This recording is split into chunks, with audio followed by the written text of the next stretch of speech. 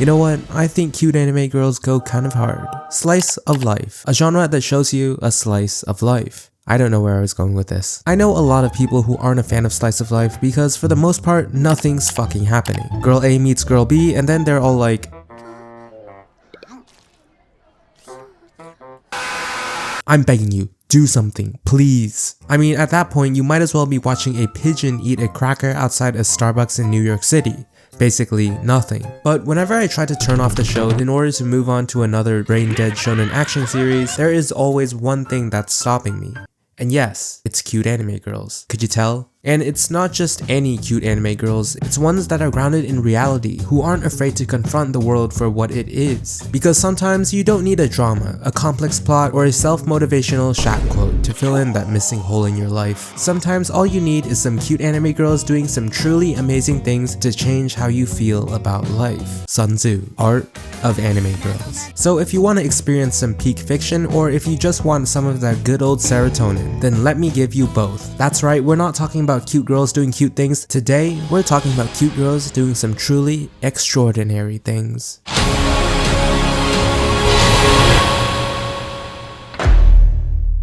Social situations. You know them, I know them, and I hate them. I mean, who actually enjoys walking up to someone, starting a conversation with them, only for it to end 2 seconds later, and now you have to suffer in awkward silence as you try to get out of this mess? Could hell get any worse? Again, even in anime, it still feels really awkward, because generally, the characters literally just can't communicate at all. Yet, it's never to the point where it feels real. Never to the point where you find yourself saying, hey, that's just like me. Because oftentimes, these characters aren't socially anxious, they're just the worst combinations of cringe and awkward. This was true for me until I watched Bocchi The Rock. That's when it went from, god damn, this is so insufferable, to, damn, she's actually just like me for real. Bocchi is a socially anxious girl. She's never quite fit in with any group at school. To a certain extent, she was the kid who sat alone at lunch, silently ate whilst making every effort to avoid anyone's curious gaze. Because of this, the only question that perpetually ran through her mind was, how do I get popular? The answer? Playing the guitar. Or so she thought after seeing someone on TV. Because we all know that's a great fucking idea. Then days, weeks, months, and eventually 3 years passed. All she did was pour hours and hours of practice, relentlessly pursuing new heights of virtuosity, all for the sake of having a few more friends. But even after all that, she's still the same socially awkward, dorky girl from 3 years ago who did everything alone. Character development, am I right? Yet, despite all this, deep down inside, her desire for friends burned brighter than ever. This conundrum continued to puzzle her, continued to haunt her. And so, she tries to express her emotions in the only way she knows how, through music.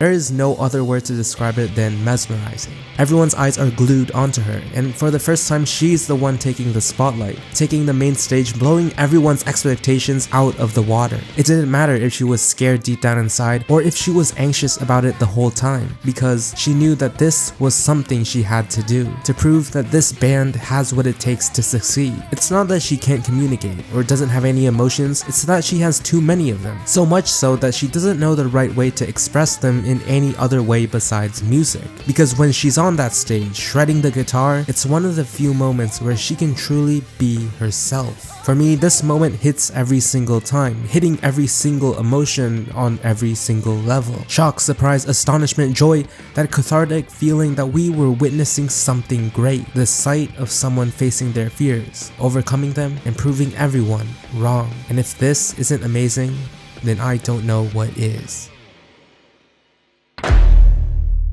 I'm gonna say something to you right now that I've never said to another living soul in my life.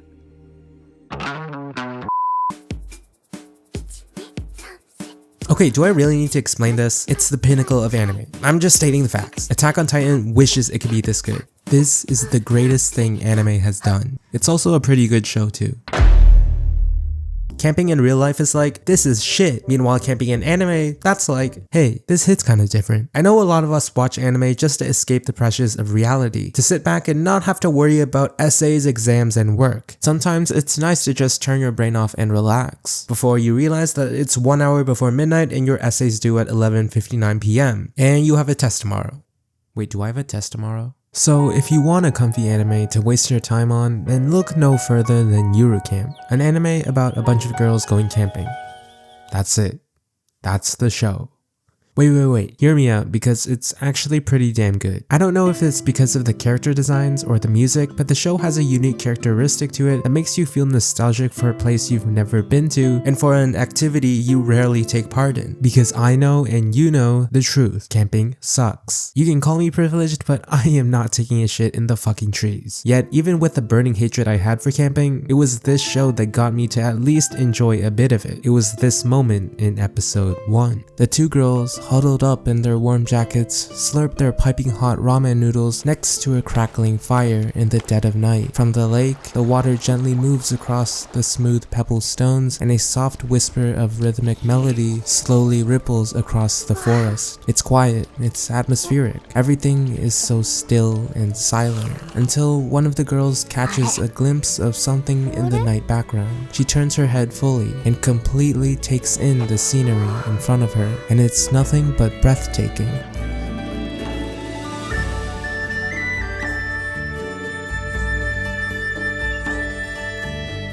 For a moment, her focus and attention are fully on not the future or the past, but the present, taking in the natural simplicity of nature that makes it so captivating in the first place. If I had to compare it to something, then Yuru Camp would be like coming home and getting a home-cooked meal laid out in front of you. There's a comforting atmosphere to it that can't be put into simple adjectives alone. You just have to experience it for yourself, which means it's actually time to watch it instead of listening to me yap about it. Yuru Camp is the one anime I keep coming back to whenever I need something that will pick me back up. No drama, no BS, just pure freaking vibes. So you're saying the extraordinary thing about this show is vibes? Yeah, okay, I'll admit it. You kinda got scammed there.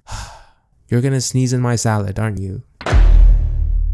Music performances and rock bands. These two words go hand in hand within the anime industry. If you want to greenlight some music performances, then you gotta have rock bands. It doesn't matter if you got a cute anime waifu or just 5 dudes on crack. If you have a rock band, then you've got yourself an anime. And let me tell you, rock band animes are pretty good. So your first thought when I show you this anime should be, oh, what a nice looking show. And not, oh my god, CGI, my eyes. People often have the massive assumption that anything to do with CGI automatically makes it horrible. Like there can't be even a hint of 3D animation, or else anime fans will instantly rate the show a 1 out of 10. I've seen 10-year-old children that are less picky. Now I'll admit, 90% of CGI anime are, to put it simply, crap. But it's in that 10% where sometimes CGI even elevates the show to an entirely different level. The expressions, the minute details, the subtle use of body language. Girls Band Cry is a perfect example of when CGI is used well, in a way where characters feel so much more alive, so much more dynamic, and so much more human. So that's it, just woo, CGI is so good, yeah,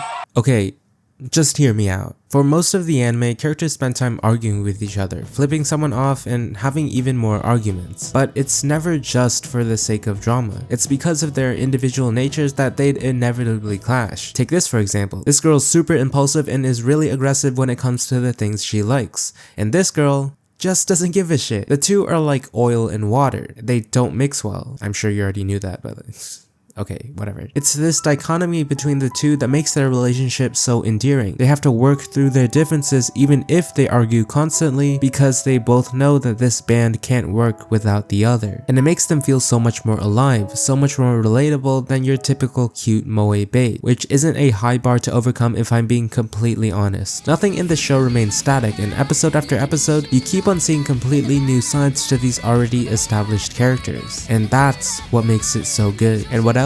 Well, the music is pretty fucking great.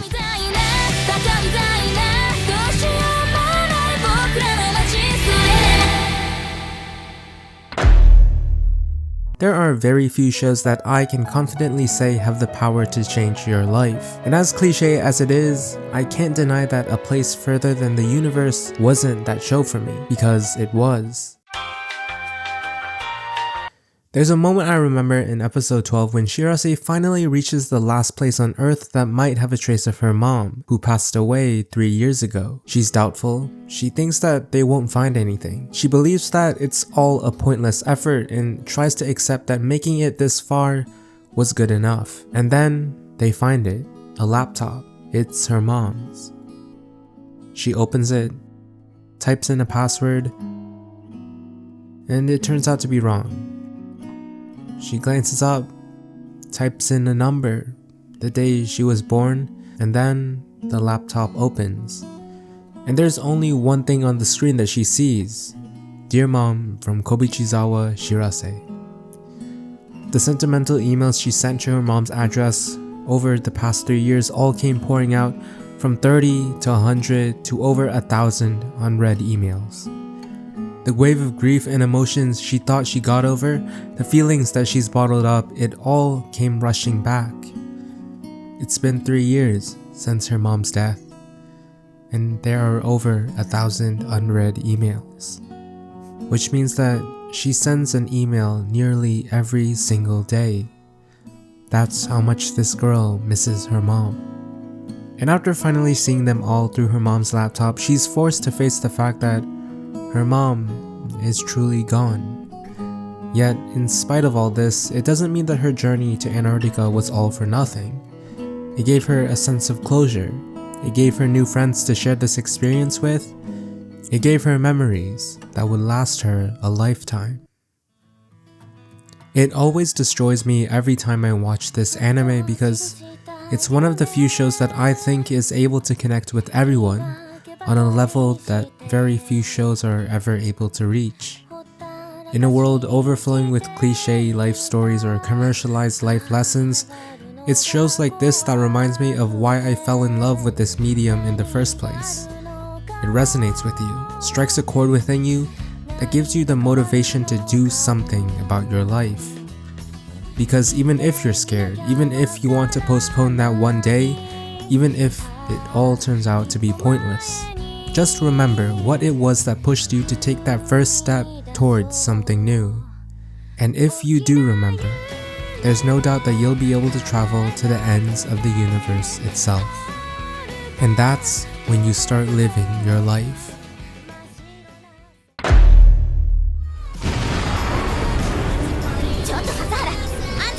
Honestly, this one's just batshit insane. I don't know what else to tell you. It is what it is.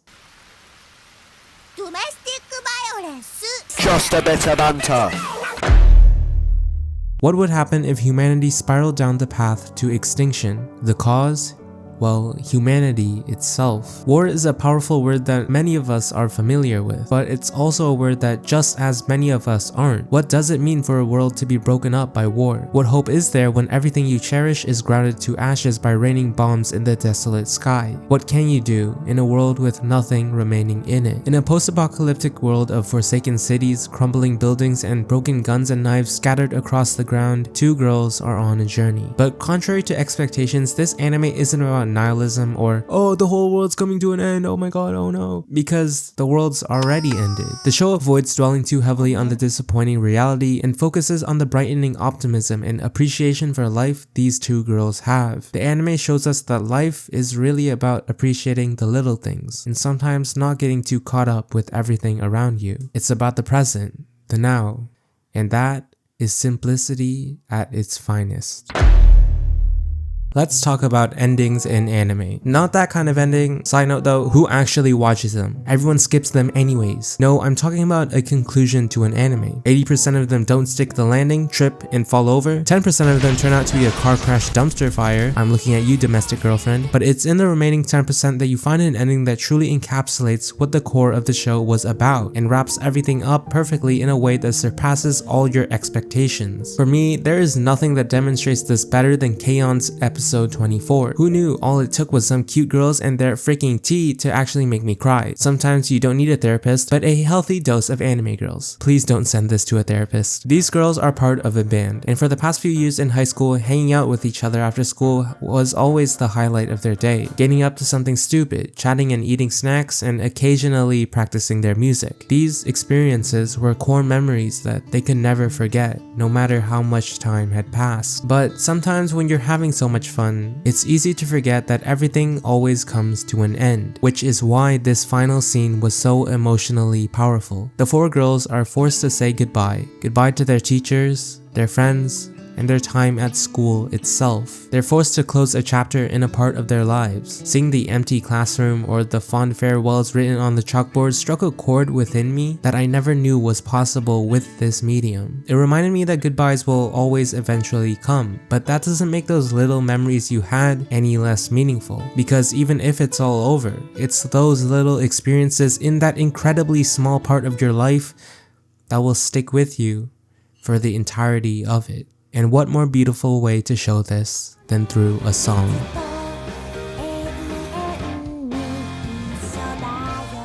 God, I love this show.